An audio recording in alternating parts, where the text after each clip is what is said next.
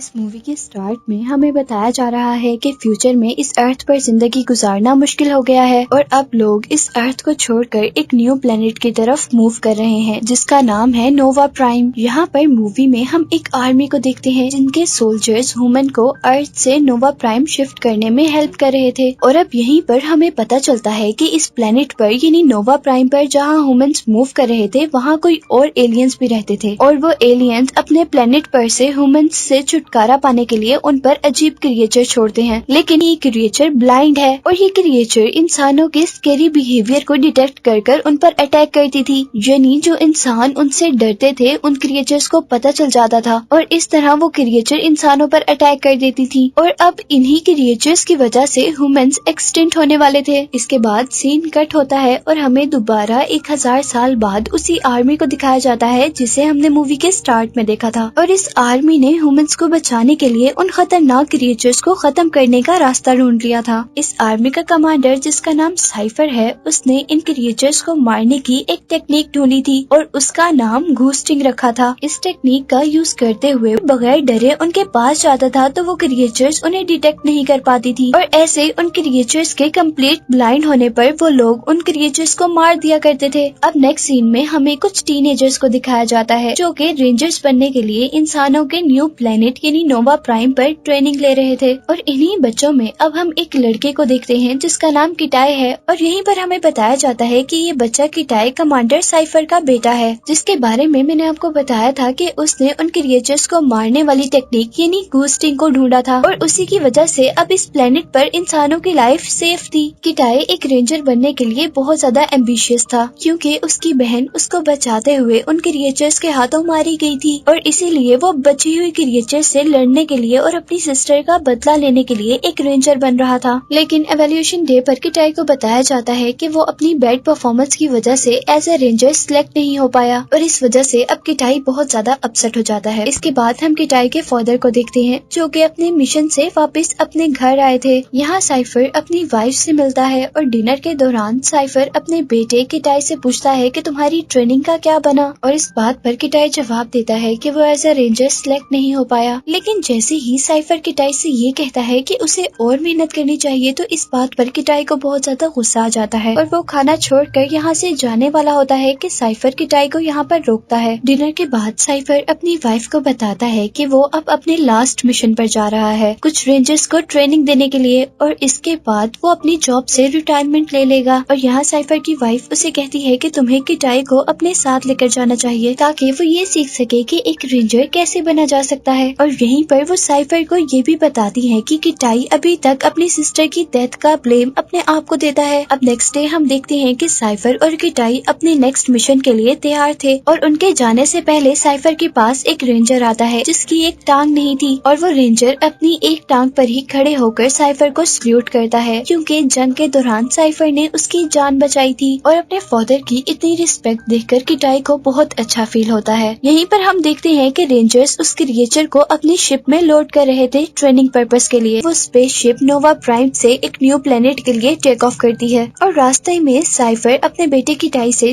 کچھ دیر آرام کرنے کے لیے کہتا ہے، لیکن اس اسپیس شپ کی سیٹس عجیب ہونے کی وجہ سے کٹائی کو نیند نہیں آ رہی تھی، اور اب کٹائی اپنی سیٹ سے اٹھ کر اسپیس شپ کی اس طرف جاتا ہے جہاں پر اس کریچر ارسا کو باندھا گیا تھا، لیکن یہاں پر ایک رینجر کٹائی کو ارسا کے پاس جانے سے روکتا ہے، لیکن پاس بیٹھا ہوا رینجر کا گروپ اسے الاؤ کرتا ہے کہ وہ ارسا کے پاس چلا جائے یہ دیکھنے کے لیے کہ کیا وہ بھی اپنے فادر کی طرح بہادر ہے، اور جیسے ہی کٹائی ارسا کے پاس جاتا ہے ارسا اس کے ڈر کو اسمیل کر لیتی ہے اور غصے سے اپنے آپ کو چھڑوانے کی کوشش کرتی ہے، لیکن اسی دوران سائفر جاگتا ہے اور وہ نوٹس کرتا ہے کہ شپ میں کچھ گڑبڑ ہو گئی ہے۔ وہ اپنی رنگ کی ہیلپ سے شپ کی گریویٹیشنل فورس کو چیک کرتا ہے اور ساتھ ہی اسے فیل ہوتا ہے کہ شپ میں کچھ بند ہے۔ یہاں کٹائی اپنی سیٹ پر بیٹھ کر اپنی بیلٹ باندھ دیتا ہے اور سائفر پائلٹ کے پاس جاتا ہے، اور یہیں پر ہم نوٹس کرتے ہیں کہ وہ شپ ایک ایسٹرائڈ شاور کے اندر غلطی سے انٹر ہو گئی ہے، جس کی وجہ سے شپ بہت زیادہ ڈیمیج ہو جاتی ہے، جس کی وجہ سے وہ اپنی منزل تک بھی نہیں پہنچ سکتی تھی، اور اب انہیں قریب ہی کوئی ہیومنز کے لیے سوٹیبل پلینٹ ڈھونڈنا تھا۔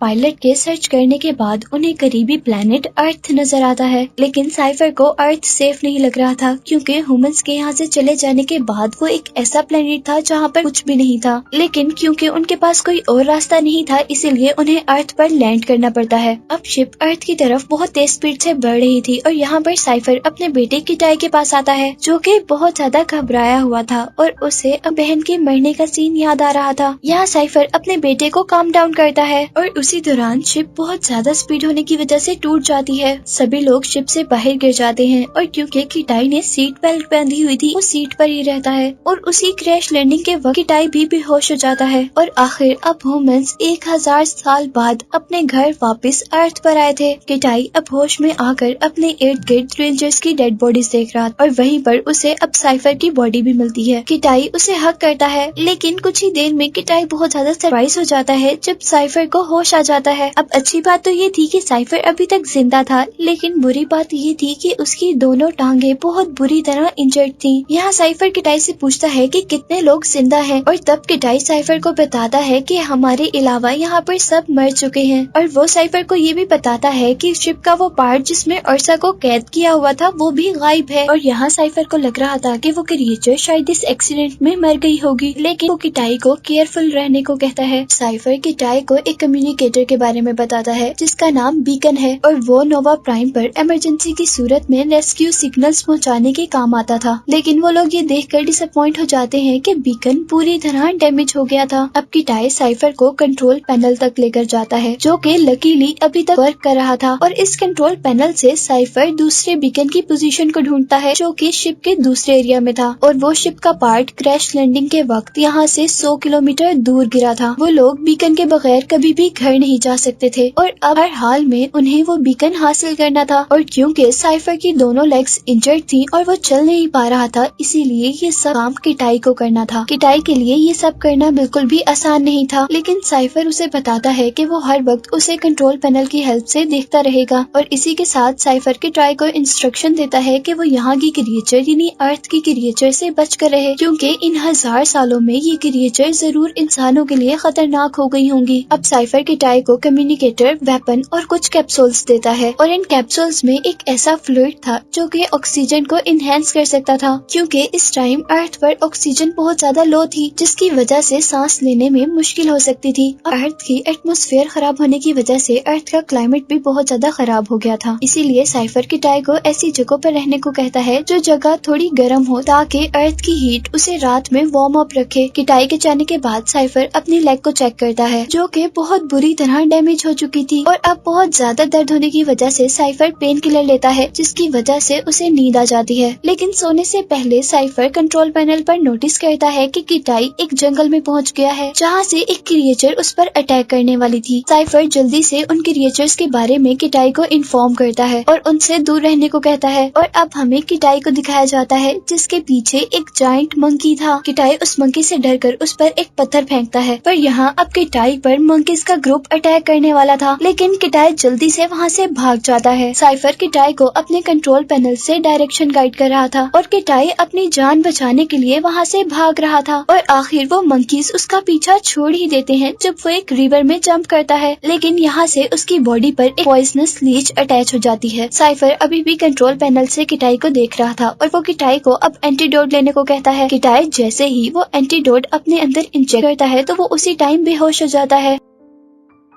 अब कुछ देर बाद साइफर किटाई को जगाता है, क्योंकि अर्थ का टेम्परेचर बहुत ज्यादा डाउन हो रहा था और उसे रात होने से पहले पहले अर्थ के किसी हॉट स्पॉट की तरफ जाना था, अगर वो फ्रीज होकर मरना नहीं चाहता था। तो अब किटाई जल्दी से अपनी जान बचाने के लिए किसी हॉट स्पॉट की तरफ भागता है और दूसरी तरफ हम साइफर को देखते हैं जो कि अपनी सर्जरी कर रहा था। पर इस दौरान साइफर को लग रहा था कि अब वो और जिंदा नहीं रह पाएगा, इसीलिए अब वो मरने से पहले अपनी फैमिली की कुछ मेमोरीज देखता है। और यहीं पर दूसरी तरफ किटाई भी कुछ अच्छी पोजीशन में नहीं था, क्योंकि उन मंकीज से बचते हुए उसके 2 ऑक्सीजन कैप्सूल डिस्ट्रॉय हो गए थे और अगर उसे जिंदा रहना था तो उसे जल्द ही अपनी डेस्टिनेशन तक पहुंचना था। यहाँ साइफर किटाई से उसकी कंडीशन पूछता है और यहाँ वो साइफर को झूठ बोल देता है कि हर चीज ठीक है। अब रात हो जाती है और किटाई को हम सेफली एक केव में देखते हैं और यहाँ किटाई साइफर से सवाल करता है कि आपने घोस्टिंग टेक्निक कैसे ढूंढी थी। और यहाँ साइफर उसे बताता है कि जब वो कहीं जा रहा था तो एकदम से उसके सामने एक अर्सा अपेयर हुई और साइफर अर्सा को देखते ही डर के वहीं पर खड़ा हो गया और अर्सा अपनी अजीब सी आवाज से उसके शोल्डर के पास शाउट करने लगी और इसी दौरान अचानक वो दोनों एक रिवर में गिर गए। साइफर उसे बताता है कि रिवर के बॉटम में अर्सा उसकी बॉडी के ऊपर थी और वो साइफर को खाने ही वाली थी।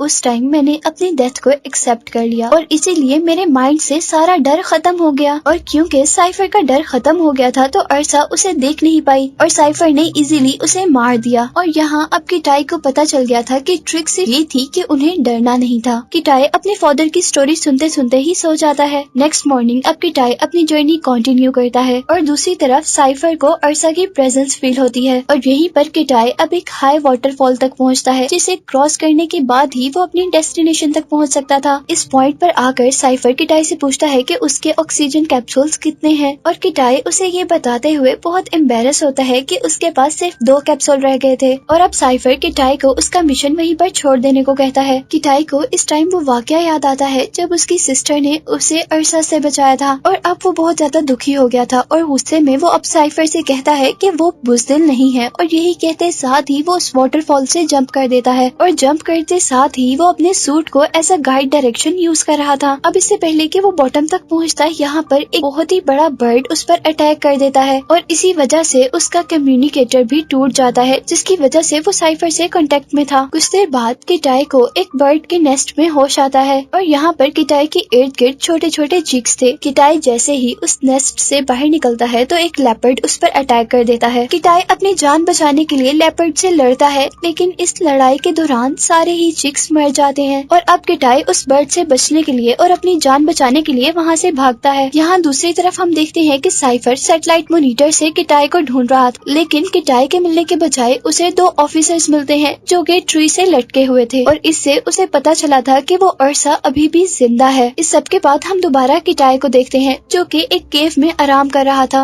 और अब वो यहाँ पर एक मैप बनाता है जिसकी हेल्प से वो टेल की डायरेक्शन ढूंढ सके। नेक्स्ट मॉर्निंग अब किटाई अपनी जर्नी कंटिन्यू करता है लेकिन यहाँ वो बर्ड भी उसका पीछा कर रहा था और अब इसी दौरान किटाई को सांस लेने में भी मुश्किल हो रही थी और इसीलिए अब वो अपना आखिरी ऑक्सीजन कैप्सूल लेता है और उसके बाद किटाई एक बोट बनाता है और उस बोट पर सफर करते करते किटाई को नींद आ जाती है और जैसे ही किटाई की आंख खुलती है तो वो नोटिस करता है कि अर्थ का टेम्परेचर बहुत ही ज्यादा डाउन हो गया है और उसके इर्द गिर्द हर चीज फ्रीज हो गई है और अब यहाँ पर किटाई सर्दी की वजह से बेहोश हो जाता है और हम देखते हैं कि किटाई को कोई अजीब सी चीज अपनी तरफ खींचती है।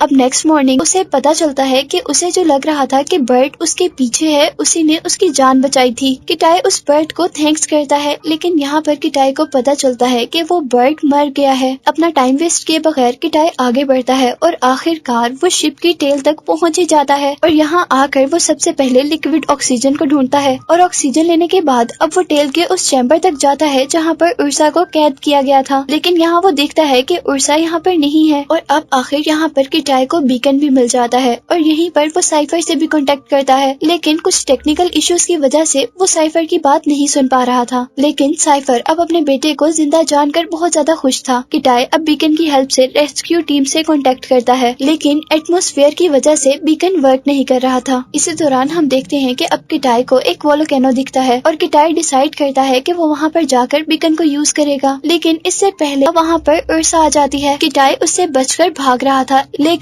अर्सा कंटिन्यूसली उसके पीछे थी क्योंकि वो किटाई के डर को महसूस कर सकती थी और अब अर्सा किटाई को खाने ही वाली होती है कि किटाई पानी में जंप कर देता है और इस तरह वो कुछ देर के लिए अर्सा से बच जाता है और अब पानी से वो माउंटेन के ऊपर तक का सफर तय करता है। दूसरी तरफ अब हमें दिखाया जाता है कि साइफर भी अपनी इंजरीज की वजह से बेहोश हो गया था और किटाई भी अर्सा से डर रहा था और अब अर्सा के पास आने पर उसे अपने फादर के वर्ड्स याद आते हैं और अब जैसे ही किटाई अपनी डेथ को एक्सेप्ट करता है तो उसके अंदर से भी सारा डर खत्म हो जाता है और ऐसे उर्सा उसे भी ढूंढ नहीं पाती और अब वो उर्सा को मारने के काबिल हो जाता है। उर्सा को मारकर अपना बीकन यूज करता है और नोवा प्राइम तक रेस्क्यू सिग्नल्स पहुंचाता है और अब मूवी के लास्ट सीन में हम देखते हैं कि किटाई एक रेस्क्यू शिप में है और हर कोई यहाँ पर उसे अप्रिशिएट कर रहा है और दूसरी तरफ साइफर भी इसी रेस्क्यू टीम में एक बेड पर है और उसे उसकी इंजरीज के लिए ट्रीट किया जा रहा है और जैसे ही वो देखता है कि उसका बेटा उसके पास आया है तो वो अपने बेटे को रेंजर्स की हेल्प से खड़ा होकर सल्यूट करता है और अब यहीं पर साइफर और किटाई एक दूसरे के गले मिलते हैं और यही दिखाते हुए ये मूवी एंड हो जाती है।